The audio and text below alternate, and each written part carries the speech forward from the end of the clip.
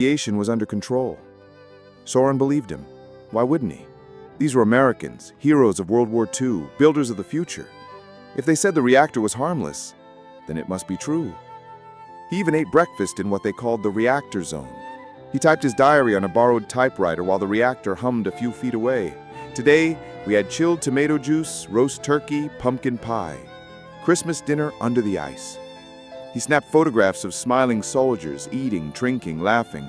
To anyone who saw the pictures, it looked like a miracle. A warm, bright community in the belly of a glacier. But what his photos didn't show was the unease. The soldiers tossing in their bunks, struggling to sleep.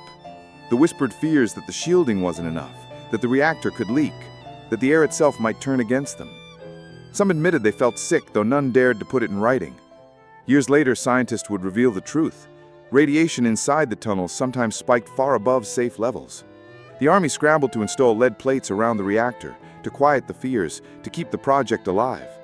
But for the young men who lived with it, each breath carried the weight of uncertainty. Soren didn't know.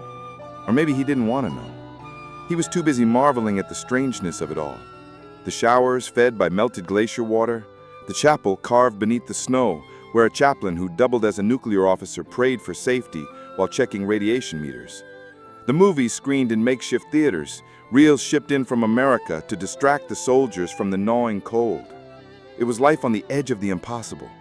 At night, Soren would lie in his bunk, listening to the glacier shift and crack.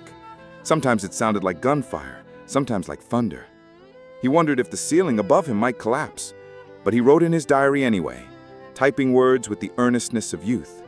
Exciting day, reactor running, transport swings arrived, everything under control.